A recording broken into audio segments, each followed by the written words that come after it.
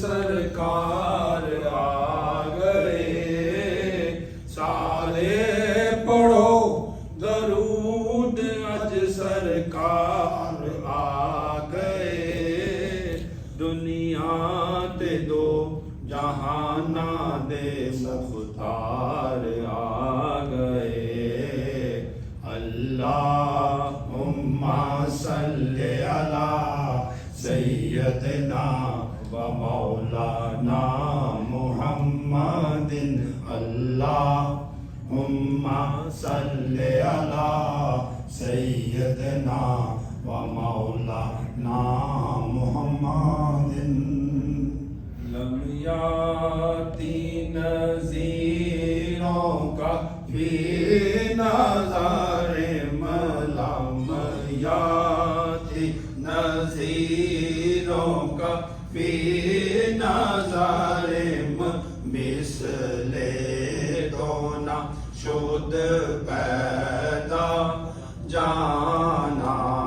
جگ راج کو تاج تو رے سر سو،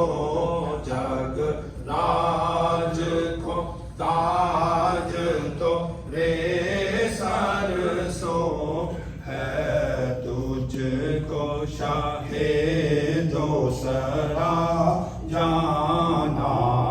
یا رسول اللہ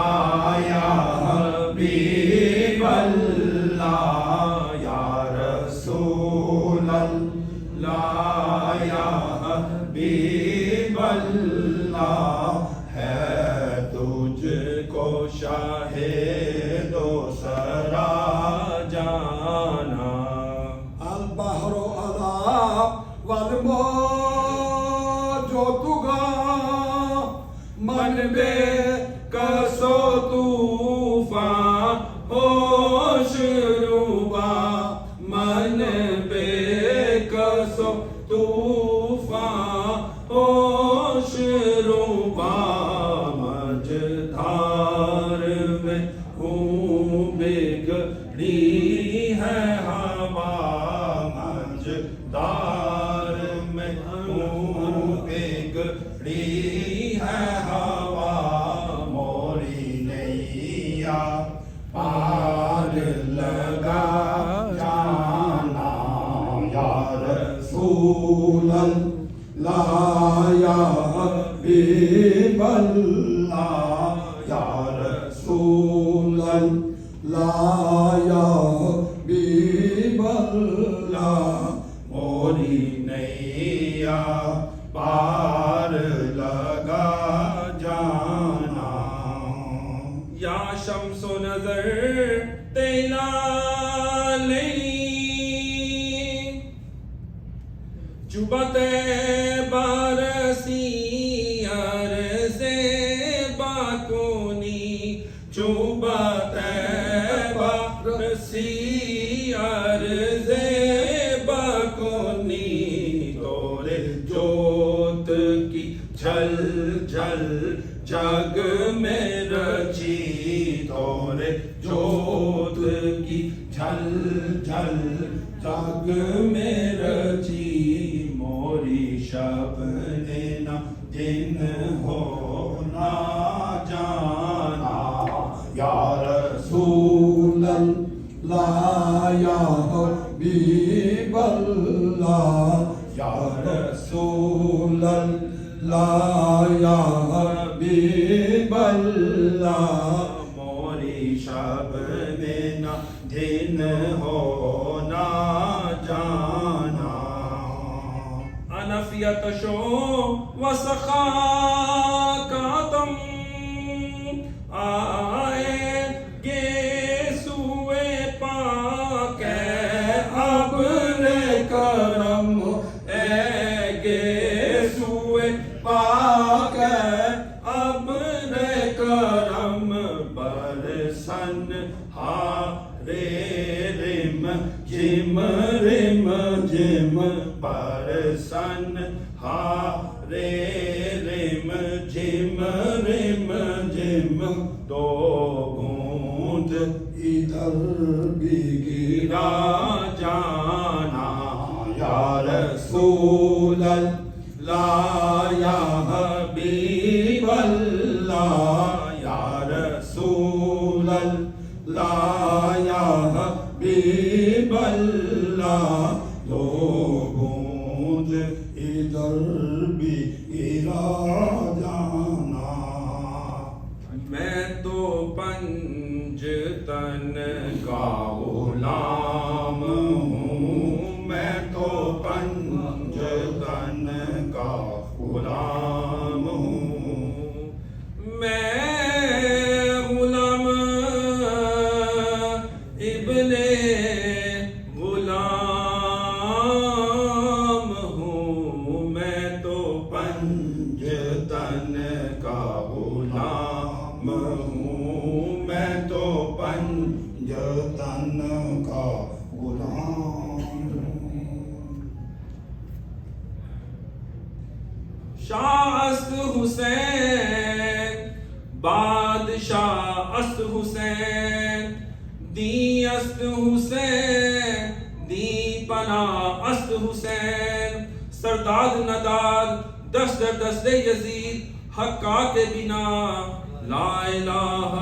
است حسین میں تو پنج تن کا غلام ہوں میں تو پنج تن کا غلام ہوں ہوا کیسے تن سے وہ سر جدا جہاں عشق ہو وہی کربلا میری بات انہی کی بات ہے میرے سامنے وہی ذات ہے وہی جن کو شیر خدا کہیں جنہیں باب صلی اللہ کہیں وہی جن کو آل رسول کہیں وہی جن کو ذات علی کہیں وہی پختہ ہے میں خام ہوں میں تو پنج تن کا غلام ہوں میں تو پنج تن کا غلام ہوں میں غلام ابن غلام ہوں میں تو پنج تن کا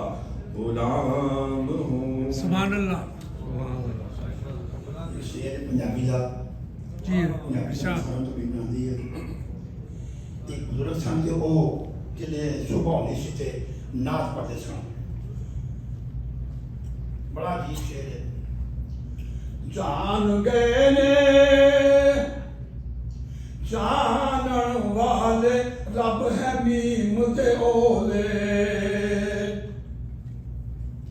جان گئے نے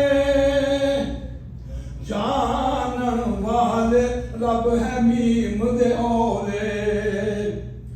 آہد میم دا برکا پا کے بول پیار دے بول نبی جی بول پیار دے بولے دل صدقے میری جان صدقے اس دو جگ دے مختار تو جدا نام محمد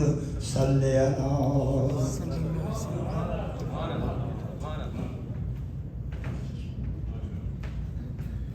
ماشاءاللہ جزاک اللہ میں نہیں جانتی کہ منفرد شاعر کسے کہتے ہیں یا منفرد شاعری کی کوئی متعین تعریف کیا ہو سکتی ہے، مگر ایک بات طے ہے، وہ یہ کہ اردو شاعری میں عشق وہ دائمی موضوع رہا ہے جو انسانی وجود کے اظہار کو انفرادیت بخشتا ہے۔ یہی عشق جب سچائی، ایثار اور قربانی کا پیرہن اوڑھتا ہے تو شاید تک گئے یعنی جسم سے ماورا نہیں تھے ہم، رستے کتنا تھک جاتے ہیں پھر بھی منزل تک جاتے ہیں۔ واہ اب یہی ابلاغ کی تعریف ہے، کوئی بھی اچھی خبر پہنچے نہیں۔ زیر نظر کتاب کے مطالعے سے اندازہ ہوتا ہے کہ صاحب کتاب کے رومان کا پھیلاؤ جس قدر صحت کے ایک جانب وسعت پذیر ہے، اسی قدر دوسری جانب کی زمینوں اور زمانوں کو بھی اپنی گرفت میں لیے ہوئے ہیں۔ یہاں جمال اور جمالیات سے اخذ و استفادہ کی کوئی زمینی اور زمانی حد مقرر نہیں، اور آسمانی مشاہدے کا اثاثہ اور مجاہدے کا خلاصہ بن کر نظر کے ساتھ ساتھ رہتا ہے۔ سیر و سفر کے کسی موڑ پر ایک مقام ایسا بھی آتا ہے جہاں بصرہ اپنے رومان کے اوجھل پہلوؤں سے پردہ اٹھاتے ہوئے خدا اور آدمی کے اور قریب ہو جاتے ہیں۔ یہ جو نسل تھی جس میں تابش بھائی بھی ہیں، شاہین عباس ہیں، کسی حد تک مجھے بھی گن لیجیے، ہم شاید وہ آخری نسل تھے جنہیں ان لوگوں کے ساتھ اٹھنے بیٹھنے کا موقع ملا جو اپنی ذات میں پوری یونیورسٹیاں تھیں۔ لاہور ہم جاتے تھے تو بس ایک ہی ٹھکانہ ہوتا تھا کہ لکشمی چوک جا کے خالد احمد کے پاس بیٹھیں گے اور وہاں لاہور کے سارے شاعر آپ کو مل جائیں گے۔ کراچی میں بہت سی محفلیں ہوا کرتی تھی۔ اس کے بعد یہ ہوا کہ وہ جو صحبت میسر نہ رہی اور اس کی وجہ سے نئی شاعری میں اور نئے شاعروں کو کچھ مسائل کا سامنا ہو گیا۔ اس کو میں مختصر سا بیان کرنا چاہتا ہوں۔ سب سے پہلا مسئلہ جو ہوا وہ یہ ہوا کہ انہوں نے یہ سمجھ لیا کہ شاعری بات کہنے کا نام ہے، کوئی بات آپ کو پہنچانی ہے، اس کو منظوم کر لیں گے تو وہ شعر ہو جاتا ہے۔ وہ شعر کا جواز ہی نہیں ہے، وہ ایک بالکل الگ جہت ہوتی ہے جس بنیاد پہ شعر اپنا ہونا جو ہے اس کا جواز پیدا کرتا ہے۔ اس کی چونکہ تربیت نہیں ہوئی تو اکثر آپ پڑھتے ہوں گے کہ آپ شعر بالکل ٹھیک ہے، دونوں مصرے ٹھیک ہے، وزن میں ہے، دل تک نہیں پہنچتا، اور وہ اس لیے نہیں پہنچتا کہ اس کے اندر دریافت کا کوئی پہلو ہوتا ہی نہیں، ایک سپاٹ بیانیہ ہوتا ہے، اسٹیٹمنٹ آپ لکھ دیتے ہیں منظوم کر کے، اس لیے آپ پر اثر نہیں چھوڑتا۔ دوسرا مسئلہ یہ ہو گیا کہ اجلت، ہر آدمی 2 سال میں اس نے پہلا مجموعہ بھی لانا ہے اور اس کے بعد اس پہ اپنا مقام طے بھی بیٹھتے رہے، بلکہ ایک شعر بھی اس کتاب میں ہے کہ زندگی کتنی خوبصورت ہے خالد احمد کی گالیوں کی طرح۔ واہ واہ۔ یعنی میں خوش نصیبی سمجھتا ہوں کہ میں نے، عرفان ستار نے، اپنے اکرام بصرہ نے، شاہین عباس نے، ہم نے خالد احمد کو دیکھا ہی نہیں، بصر کیا ہوا ہے۔ اب میں آتا ہوں اکرام بصرہ کی طرف۔ اکرام بصرہ جو ہے یہ ایک ہی وقت میں موجود بھی ہوتا ہے اور غائب بھی ہوتا ہے، یہ اس کی خوبی ہے۔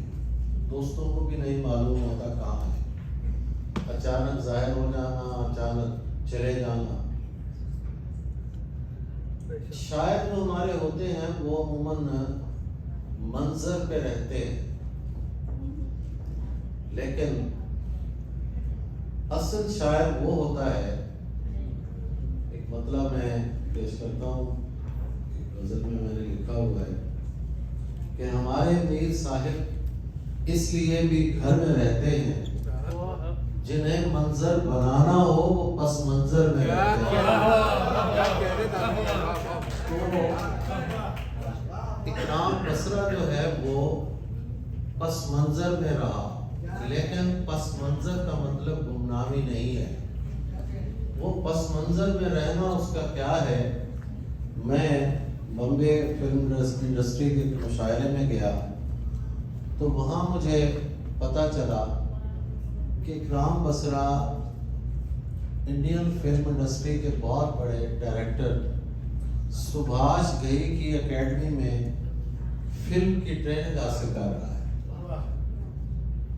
اسی طرح پی ٹی وی سے وابستگی، پھر پتہ چلا کہ وہ امریکہ آ گیا ہے، ایک یونیورسٹی میں جو ہے وہ ایک بڑے لیول تک پہنچ گیا ہے۔ یہ چیزیں اگر نئی نسل دیکھے اس کو تو میں سمجھتا ہوں کہ نئی نسل کے لیے اکرام بصرہ رول ماڈل ہے کہ ہماری نئی نسل جو ہے نہ پڑھی لکھی ہے، نہ تربیت یافتہ ہے، نہ صحبت یافتہ ہے۔ یہ ساری چیزیں، افسوس کے ساتھ یہ بات میں کہہ رہا ہوں، کوئی بھی سیکھنے کے لیے تیار نہیں ہے۔ بہت کم نوجوان ایسے ہیں جو کتاب سے وابستہ ہیں،